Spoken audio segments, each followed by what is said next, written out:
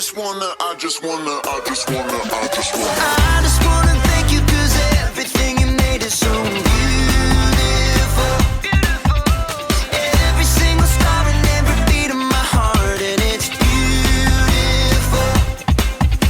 I just wanna thank you 'cause everything you made is so beautiful. Every single star and every beat of my heart, and it's beautiful.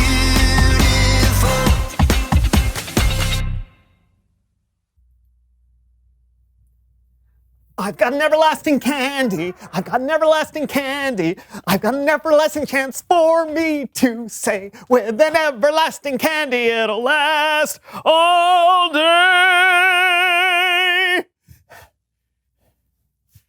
Hey, you think I can have some of that everlasting candy? Nope. It's all mine. Forever.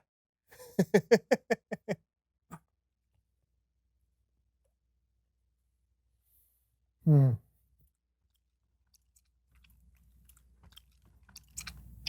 I'm gonna just gum.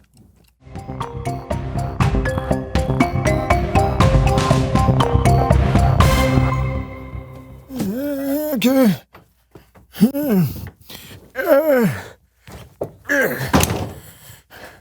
Oh.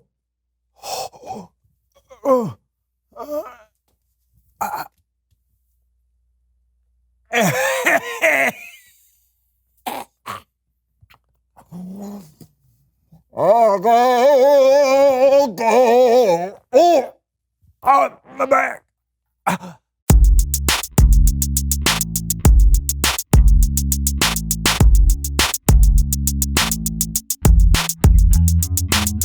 Welcome to the So-and-So Show! I'm Brandon, that's John. Yes, I am. And today we're brought to you by the number 12. Like 12 drummers drumming. Or 12 pixie sticks. Or 12 cats stuck in a tree.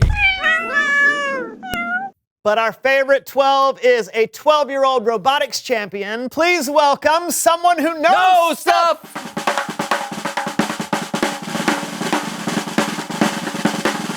Hey guys! Hey, come on in. It's so good to see you again. Thanks, I'm so excited to be here. Okay, for those who may have missed you last time, tell us who you are and what you know. My name's Mishka, and I am now a 19-time robotics champion and a maker/inventor.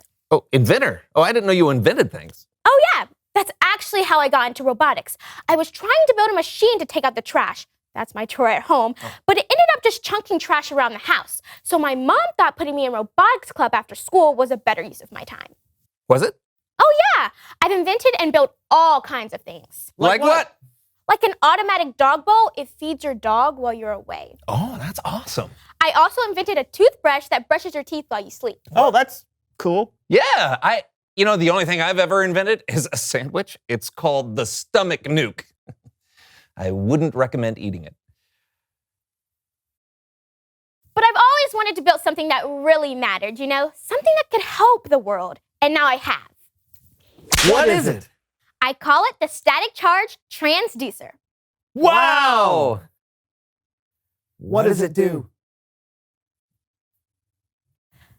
Einstein, Bose, Newton, Curie, MacGyver. No, she says the names of physicists when she's feeling impatient. Right. Oh, sorry. Did we say something wrong? No, you're fine. I just thought this invention was obvious, but obviously not. The static charge transducer collects static electricity and stores into a battery. Then it expels the electricity into an actual electrical voltage that can just about power anything. Einstein, Bose, Newton, Curie, MacGyver. It means that instead of wind power, hydropower, or even solar power, the static charge transducer can create electricity just about anywhere. All you need is a static charge. Oh. You still don't understand, do you? No. Want a demonstration? Yes! Why don't we make it a little competition? It's time to play How Many So-and-So Hosts Does It Take to Turn on a Light Bulb?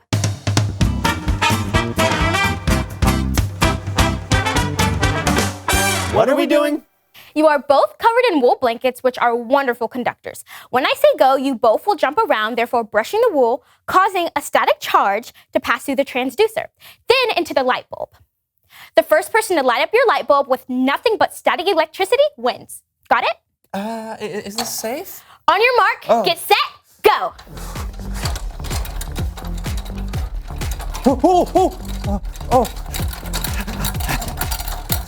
Oh, look at that! Look at that! Got it! Oh, ow! Oh, come on. Ow! Oh, that hurts. Come on. No. You did it, Brandon! I did. You created a usable electricity from static. And John, you exercise. Well, I did eat those pixie sticks. Hey, this is incredible, Mishka. I mean, you've used your talents, your skills, and your gifts to truly make a difference. Yeah, no Thanks. doubt this transducer is going to change the world. Transducer. Yeah, that too. Hey, whenever you have something else to show us, please bring it on the show. Will do. See you guys. All right, bye. This thing is hot. Yeah. It's Bible story time with Kellen.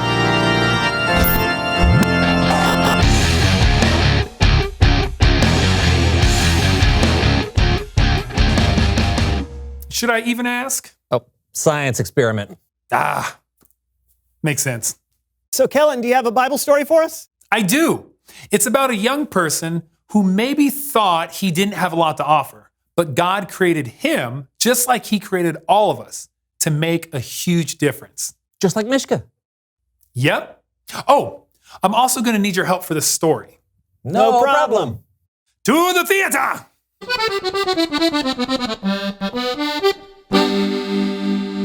This story begins several years after Jesus had been resurrected and had gone back to heaven. The Apostle Paul was on a long missionary journey and was headed to the town of Lystra, where a young man named Timothy lived. God bless us, everyone. I'm Tiny Tim. I don't think anyone called him Tiny Tim, but I'm going to roll with it. Timothy's mother and grandmother were Jewish and believed in the one true God. But his father was Greek. I'm a Greek. And he probably didn't believe in the same things as Timothy's mother and grandmother. Now you go and run off and work hard and be a good man. Yes, Papa. Let me see you run. Faster. Faster, my boy.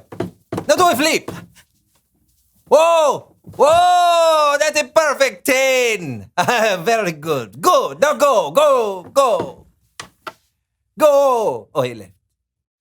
Now, when Paul arrived in Lystra, he began teaching people all about Jesus, and he even healed a man in Jesus' name. Now, you would have thought that would have made people happy. I, Paul, have healed this man in Jesus' name. Jesus came to save us. Oh, that hurt. Oh, stop it. But many people didn't trust Paul, so they threw stones at him. No, please. Stop. Ouch. Get away. That one's going to leave a mark. They thought he was dead, so they dragged him out of the city. But he wasn't dead yet, and he wasn't scared either. He got back up, went right back into the city to teach some more. And Timothy, his mother and grandmother, they listened to Paul's teachings, and all three of them became believers in Jesus. God loved us so much that he sent Jesus. God has blessed us, everyone. When Paul went on his way, he left behind a small, thriving new church. Timothy became a faithful disciple of Jesus, and everyone in the church spoke well of him. So much so that when Paul returned several years later, he wanted Timothy to travel with him on his journey. I want you to travel with me on my journey. Why do you want me to come along? There are others who are older and with more experience. Your mother's Jewish, right? Yes, sir. And your father's Greek? Yes, sir. Well, then you've been raised to know God's law, and you also know how to relate to people who may be from different backgrounds. So you're very special. I am. Then let's go. Yes, walk with me. Over the next few years, Timothy traveled with Paul, helping to encourage believers in starting up new churches. Paul even sent Timothy to help lead churches in the cities of Corinth and Ephesus. Paul wrote Timothy a letter with a special mission. Timothy, I have a special mission for you if you choose to accept it.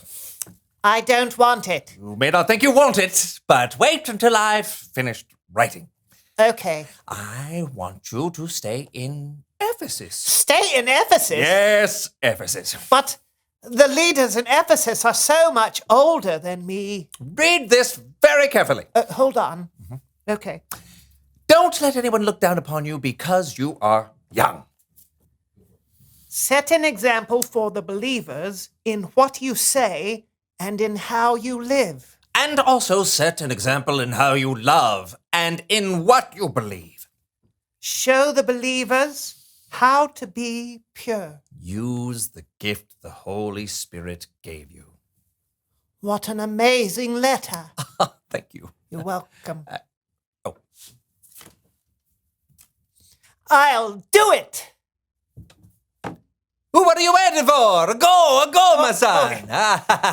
Look at him run. I love to watch him run. Go, do great things. Even though Timothy may have been young when he met Paul, that didn't stop him from helping to build the early church and making a huge difference in telling the incredible news of Jesus. The end. Timothy was the perfect person to help Paul plant churches. With his gifts and his background, he fit right in. Yep. Timothy discovered who he was meant to be, and then he made all the difference in the world. It just goes to show you, you're never too young to make a difference. Thanks, Kellen. That was awesome. No problem. I'll see you guys next time. What an incredible day. We had Mishka, who's 12 and is already making a difference in the world. Timothy made a huge difference too. So I've got a question. Then reveal the question. How can you make a difference right now? Yeah, think about that. Well, you can use your talent to entertain someone who's feeling bored. Sing someone a song, do a dance, tell a joke. You can help make peace between people having an argument. You can solve a complicated problem for someone with a math emergency. There are so many ways you can make a difference in someone's life or in the world. And you don't have to wait until you're older to do it. I feel like I really need to get on this. Mishka and Timothy have really inspired me. You've made a difference today, John. You've eaten 12 pixie sticks, danced around wrapped in a giant wool blanket, and you've been the head on a baby doll body. That's pretty inspiring too. Thanks. Talk about it together. How can you make a difference right now? And we'll see you guys next time for a brand new So-and-So Show! Bye! Do you think they were listening to me or were they making a difference right then? The shovel. Oh, yeah. Everyone. Yeah. I like this one. All right, Mishka. Oh yeah, here we go. You got a new dance? Okay, I got the hula hoop. I love that. I've got this one.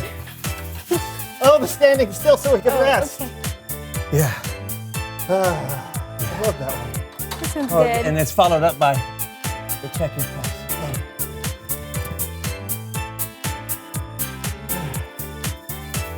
Boy, that's a good dance. I can feel the beat.